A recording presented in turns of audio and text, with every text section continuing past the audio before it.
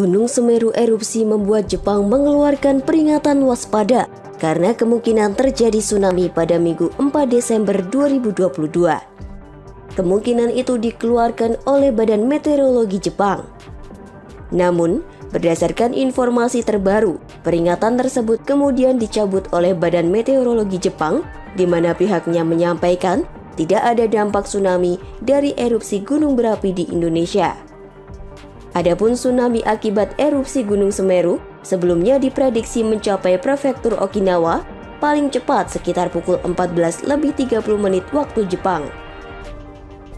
Kepala Pusat Gempa Bumi dan Tsunami Badan Meteorologi, Klimatologi dan Geofisika, Daryono, menjelaskan apa yang dilakukan Jepang tersebut sebagai sebuah bentuk kehati-hatian.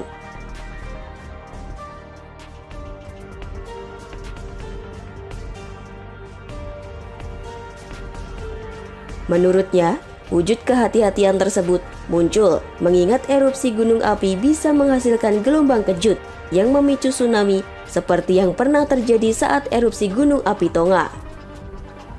Sejauh ini, Daryono menyebut tidak ada peringatan tsunami yang dikeluarkan BMKG untuk wilayah Indonesia akibat erupsi Semeru.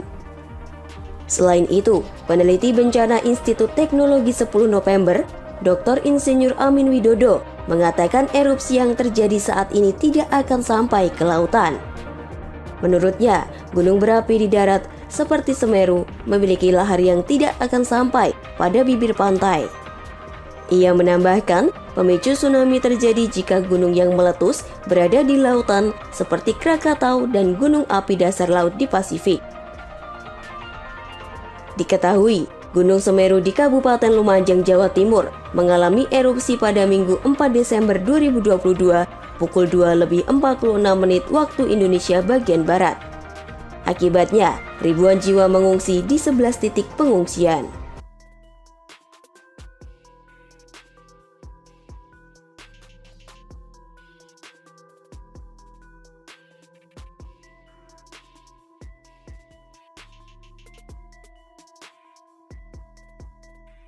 Dan SDM. Selamat pagi Pak Hendra.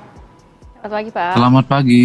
Baik Pak Hendra, ini sekarang rupanya dalam perjalanan ya menuju ke Semeru. Ya, hati-hati di jalan ya Pak ya. Ya. Oke. Terima Tapi kasih. dari pantauan atau dari laporan tim Anda hingga pagi hari ini, bagaimana kondisi Semeru Pak?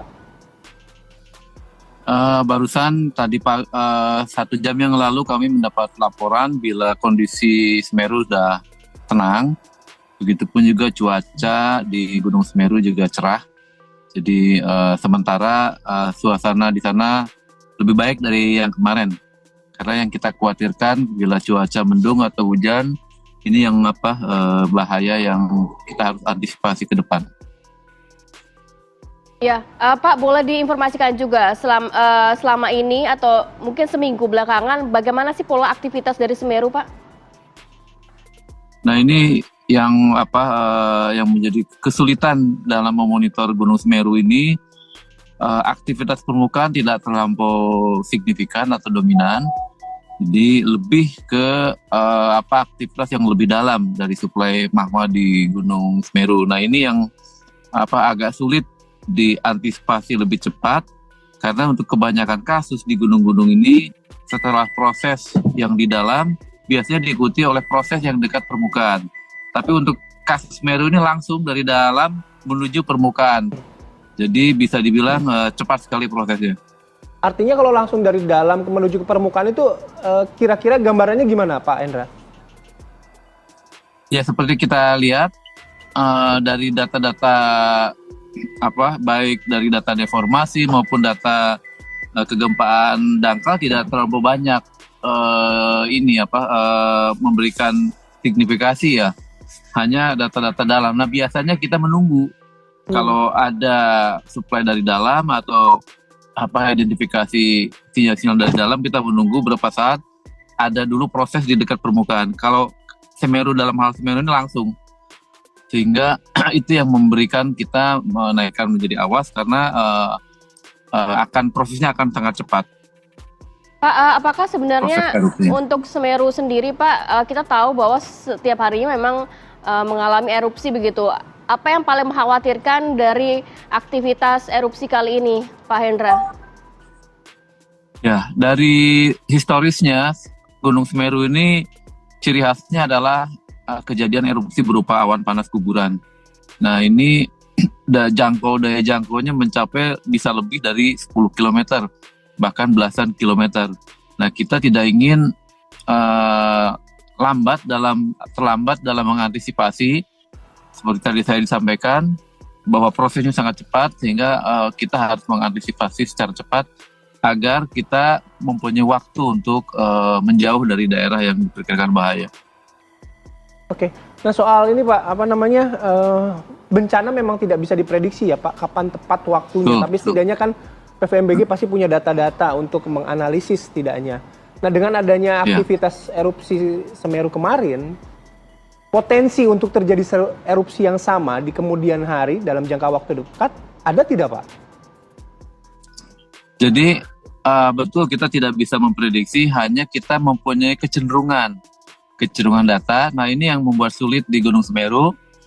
Kecenderungan datanya itu sangat mid term lah. Tidak bisa dibilang long term, tapi mid term. Dari 3 tahun terakhir sebetulnya menunjukkan kecenderungan yang terus meningkat. Padahal kita tahu pada tahun 2020, 2021 kecenderungannya sudah terjadi erupsi bahkan korban. Namun trennya justru semakin besar pada tahun ini. Nah, kita lihat ke depan apakah trennya semakin membesar terus atau mulai menurun.